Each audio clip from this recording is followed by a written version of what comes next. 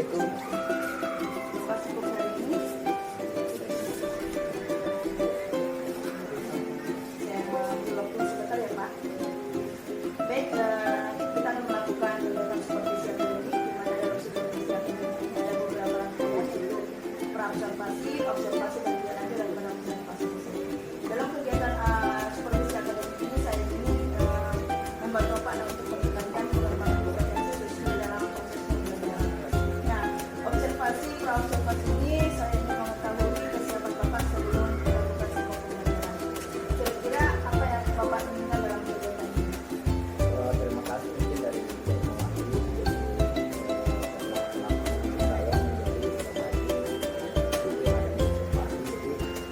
saya berharap setelah ini saya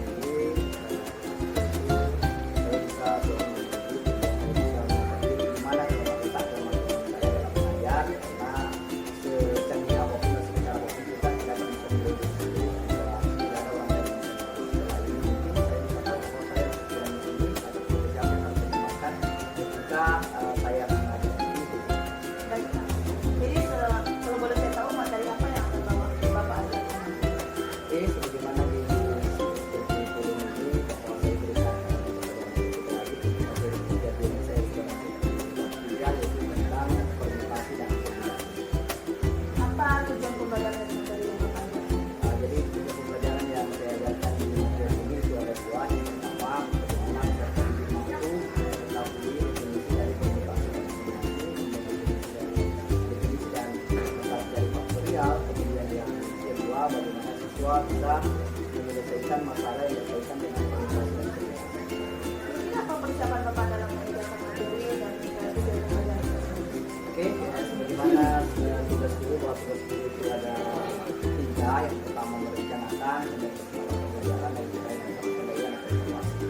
Perencanaan yang saya lakukan di sini yang pertama yaitu membuat perangkat dalam hal ini RPP supaya langkah-langkah dalam pembelajaran itu bisa tercapai, bisa berjalan sesuai dengan saya. Kemudian yang kedua, saya mempersiapkan modul sebagai bahan referensi yang bisa dipelajari oleh siswa. Sudah lengkap semua ya Pak. Jadi kira-kira adakah kendala yang Bapak hadapi dalam menyiapkan materi atau modul yang Bapak siapkan? Jadi mungkin kendala yang saya temui yang pertama di sekolah kami ini masih kekurangan buku, artinya buku itu belum mencukupi kuota dan jumlah siswa.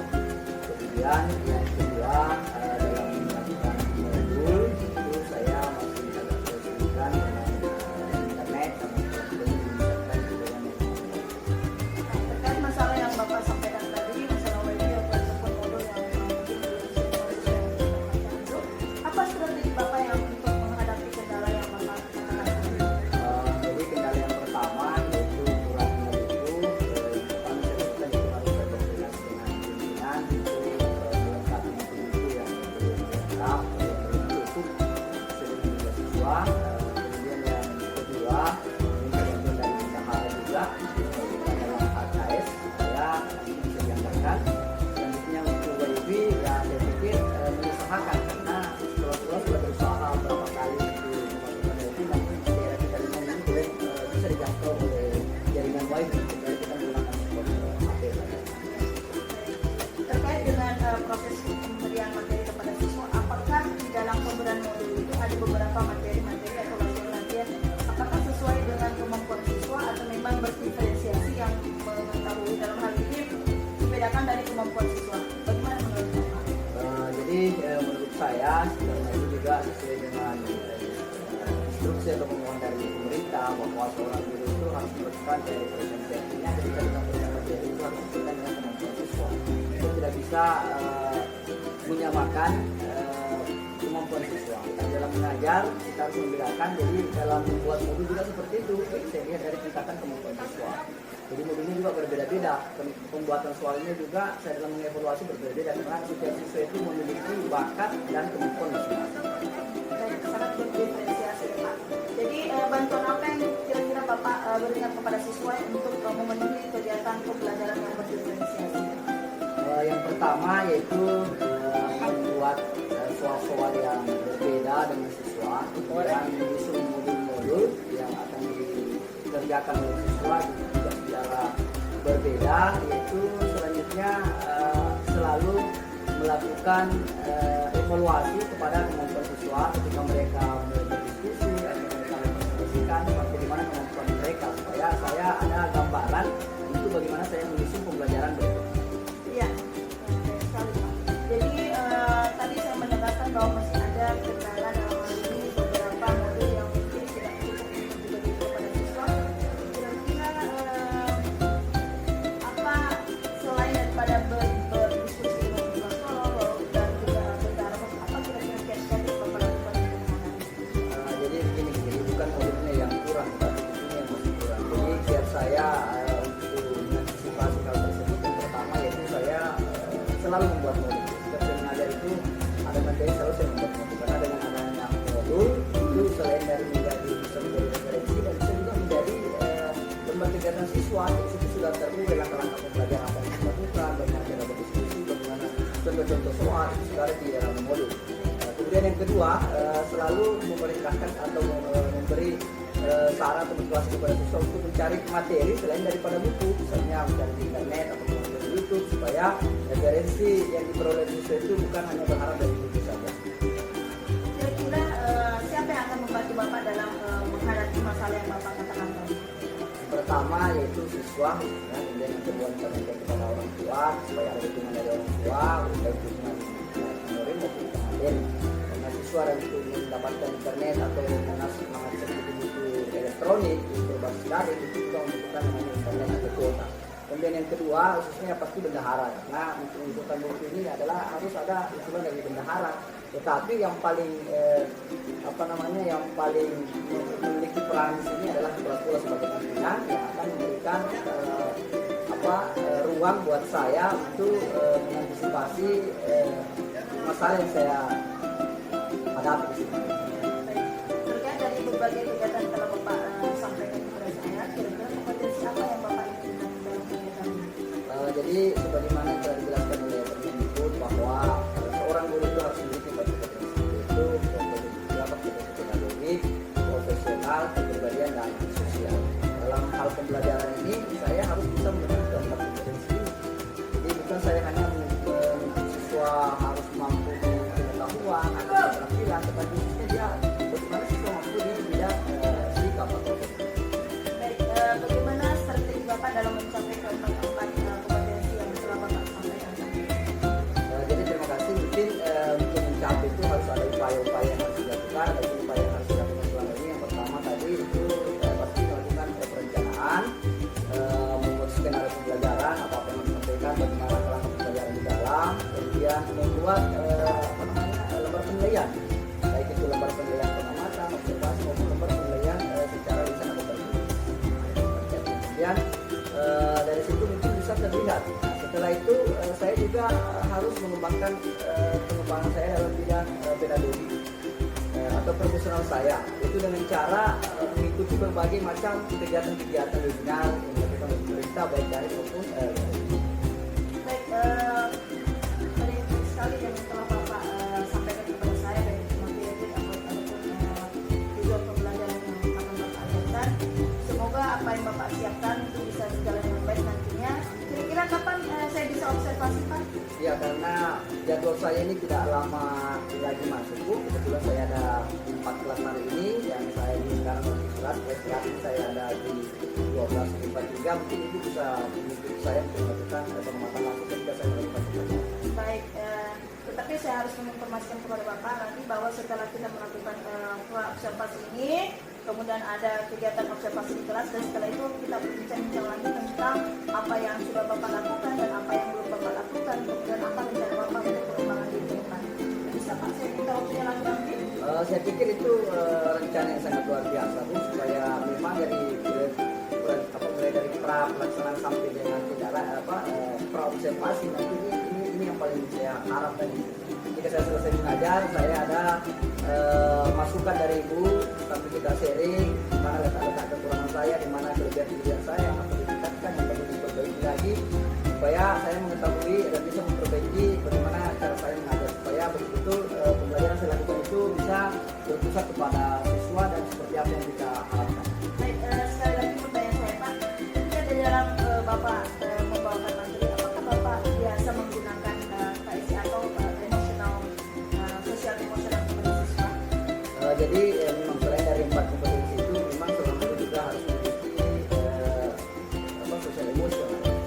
Kenapa? Karena kita dalam melakukan pembelajaran itu adalah bukan lagi sebagai sumber belajar, tapi sebagai fasilitator. Dalam melakukan fasilitator atau kita tidak semula memberikan telapak tangan, tetapi terkadang kita menunggu siswa-siswa yang menjadi lalu teman-teman. Pada saat itu dibutuhkan yang namanya pengendalian emosi. Kemudian kita selain dari pengendalian emosi juga ada pengendalian kita harus bisa bersosial, mengajarkan siswa kepada sosial dengan cara selalu membentuk kelompok-kelompok di dalam pembelajaran. Terima kasih banyak Pak, saya sangat puas dengan apa yang Bapak sampaikan. Demikianlah coaching pada pagi hari ini dengan rekan saya Pak Tahil SPD MPD. Semoga kegiatan observasi dan juga setelah kegiatan observasi ini bisa berjalan baik. Terima kasih banyak atas waktunya Pak. Assalamualaikum warahmatullahi wabarakatuh.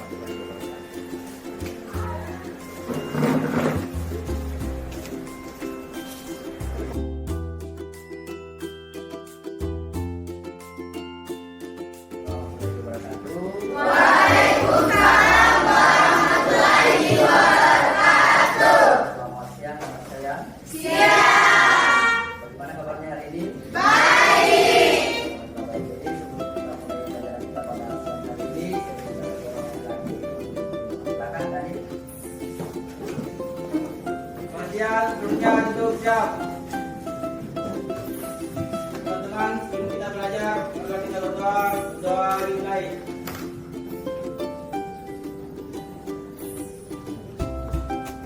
Berdoa selesai. Bersalam kepada Pak Guru. Assalamualaikum warahmatullahi wabarakatuh. Ini kita mulai sampai di hari kali ini. Muhammad Yani Pak Sami. Tadi, siapa lagi? Tidak ada ya? Orang Muhammad. Oke, baiklah siswa sekalian, hari ini kita akan tentang minggu lalu tentang aturan dasar penjajahan. Namun aturan dasar penjajahan untuk kali ini kita masuk di bagian D, yaitu tentang permutasi dan ini masih berhubungan dengan materi minggu lalu. Itu tentang aturan. Adapun tujuan pembelajaran kita mempelajari ini diharapkan peserta didik mampu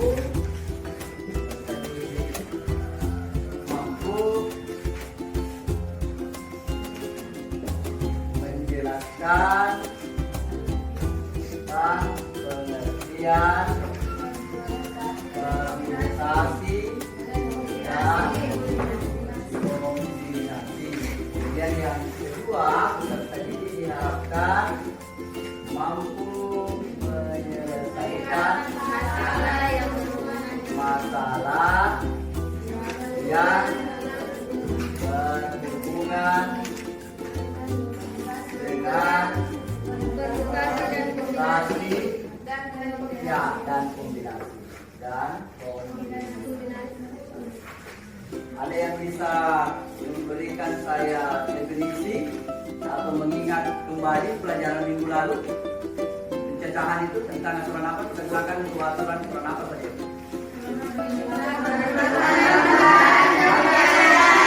Bagaimana cara membedakan aturan penjumlahan dan perkalian? Ada? Kalau penjumlahan, kalau penjumlahan dengan cara melihat ciri-cirinya. Kalau penjumlahan hanya bisa contoh ada motor dan ada mobil yang lalu. Kenapa motor dan mobil? Kalau perkalian bisa dipakai contoh.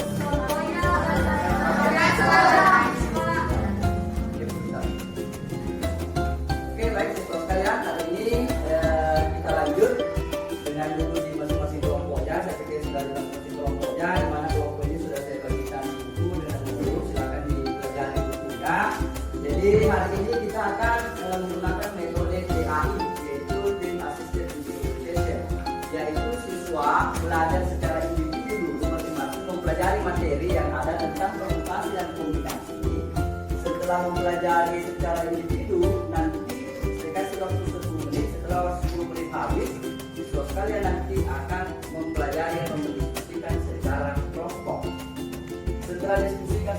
kelompok, maka siswa selanjutnya akan mempresentasikan hasil dari diskusi kelompok itu yang berhubungan dengan permutasi dan Kombinasi. masing-masing siswa nanti masing-masing kelompok mempresentasikan apa itu permutasi, apa itu kombinasi, bagaimana itu faktorial, apa itu faktorial, bagaimana notasinya faktorial. Masing siswa saya kasih waktu 10 menit dari sekarang untuk membaca materi tentang permutasi dan kombinasi. Setelah itu diskusikan dengan kelompokmu, lalu sebentar saya akan bagikan soal. Satu kelompok dengan kelompok yang lain, karena yang lainnya itu soalnya berbeda-beda. Saya mulai dari sekarang, silakan. Dibaca dulu materinya tentang permutasi dan kombinasi. Nah,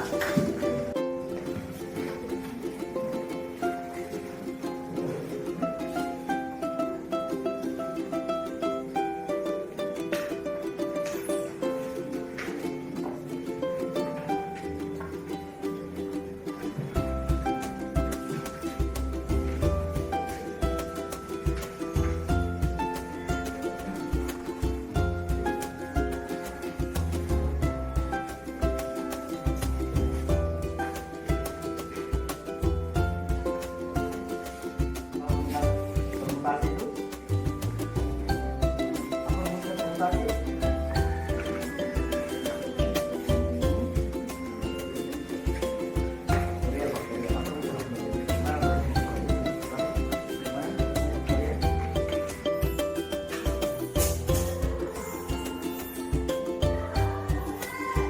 Ya oke, siswa sekalian kita lanjutkan setelah tadi diskusi sama teman kelompok itu semua. Sekarang saya akan memberikan tugas mengerjakan latihan yang mana soalnya ini berbeda-beda.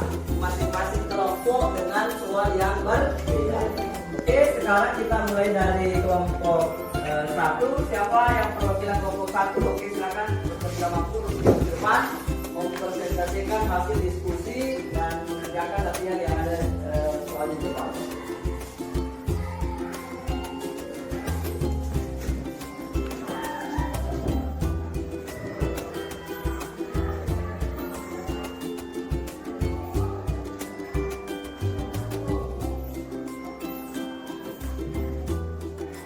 Silakan dipresentasikan teman-temannya.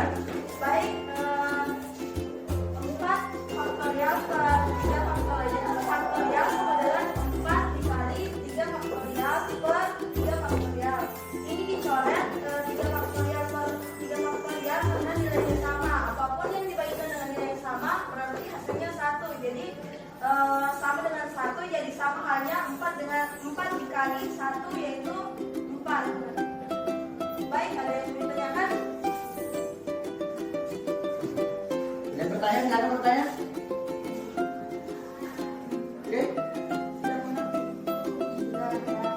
Oke, lanjut kelompok kedua kita beri aplaus. Selanjutnya kelompok kedua, silakan kelompok kedua. Perwakilan kelompok 2 ya, silakan. Ke depan.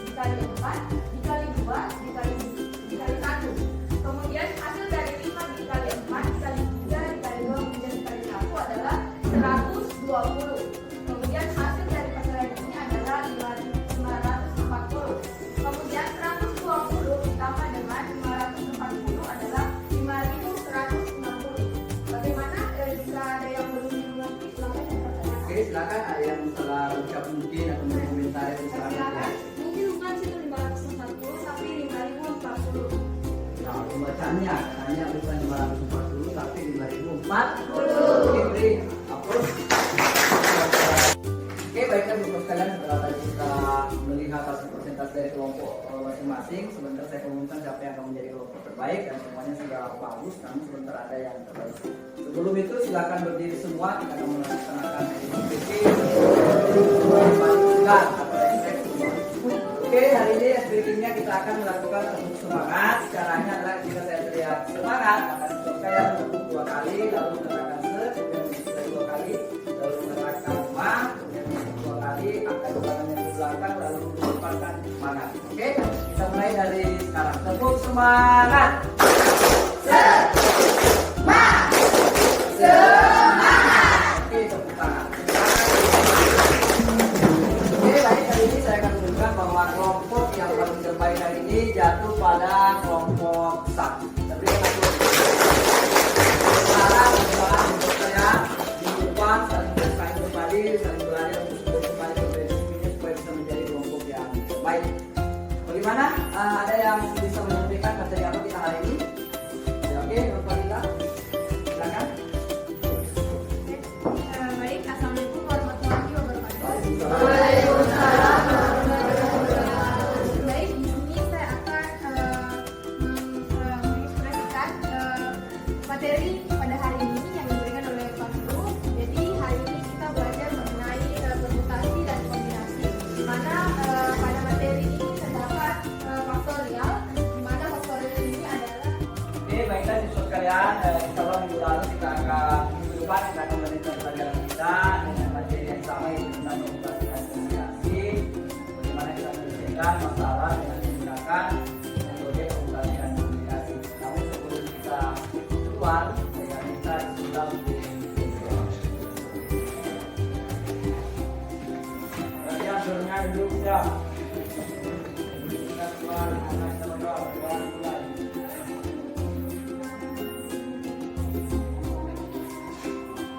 Assalamualaikum warahmatullahi wabarakatuh.